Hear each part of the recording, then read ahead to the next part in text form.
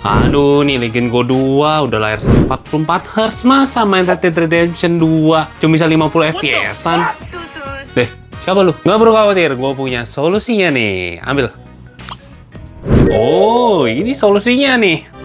Nah, gini kan enak main Red Dead Redemption 2, bisa 90 sampai 100 FPS. Nah, tentu yang gue lakukan bukan ini mah bebek pintar. Yang gue pakai bebek yang lainnya, itu adalah lossless scaling. Buat kalian yang belum tahu, dia sebenarnya kegunaannya mirip sama FSR ataupun sama DLSS ya. Yang gunanya itu dia bisa nge-scaling sama bisa nge-kasih frame generation-nya buat game-game yang nggak support nih. Nah, tentunya lossless scaling ini nggak gratis ya. Kalian bisa beli, sebenarnya harganya juga murah kok, cuma di sekitar 65 ribuan. Dan dengan bantuan Deki LSFG ini bisa pakainya lebih mudah ya. Caranya tinggal kalian nyalain dan langsung aja copy komennya dan masukin ke game-game tertentu yang misalkan dia nggak ada frame generation. Game yang gue coba di sini adalah Red Dead Redemption 2 ya, yang bisa dibilang termasuk berat dan juga nggak ada frame generation. Nah, biasanya RDR 2 kalau lagi tanpa lossless scaling atau tanpa LS itu dia bisa dapat 65 sampai 75 FPS pas cutscene. Dan kalau lagi gameplay, kalau di sini contohnya pas lagi masih awal ya, dia lagi naik kuda di salju itu dapat di kisaran sekitar 50 sampai 56. Tentunya sebenarnya untuk sebuah handheld ini udah lumayan tinggi, tapi kita bisa doublein sama lossless scaling. Dan setelah pakai lossless scaling, kalau lagi cutscene itu bisa dapat di 110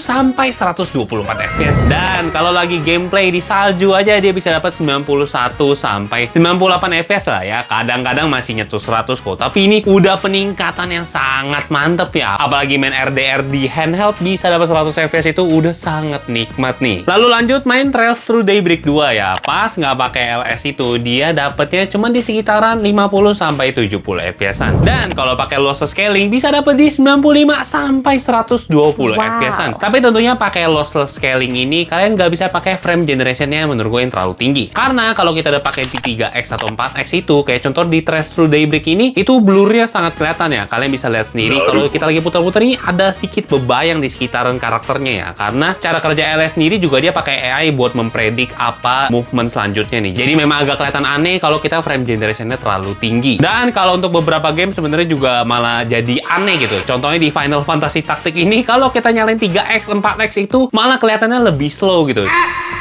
Ya, tentunya ini memang nggak bekerja untuk semua game ya. Jadi gimana menurut kalian lossless scaling? Menurut gue sih ini sangat mantap. Apalagi dengan pakainya Deki Loader ini jadi mempermudah buat kalian pakai frame generation-nya. Nanti gue akan bikin video tutorial panjangnya ya. Karena 3 menit di sini nggak cukup semuanya. Ya, jangan lupa like sama subscribe lah ya buat nungguin video selanjutnya tentang tutorial pakai ini ya. Sabar ya, sabar.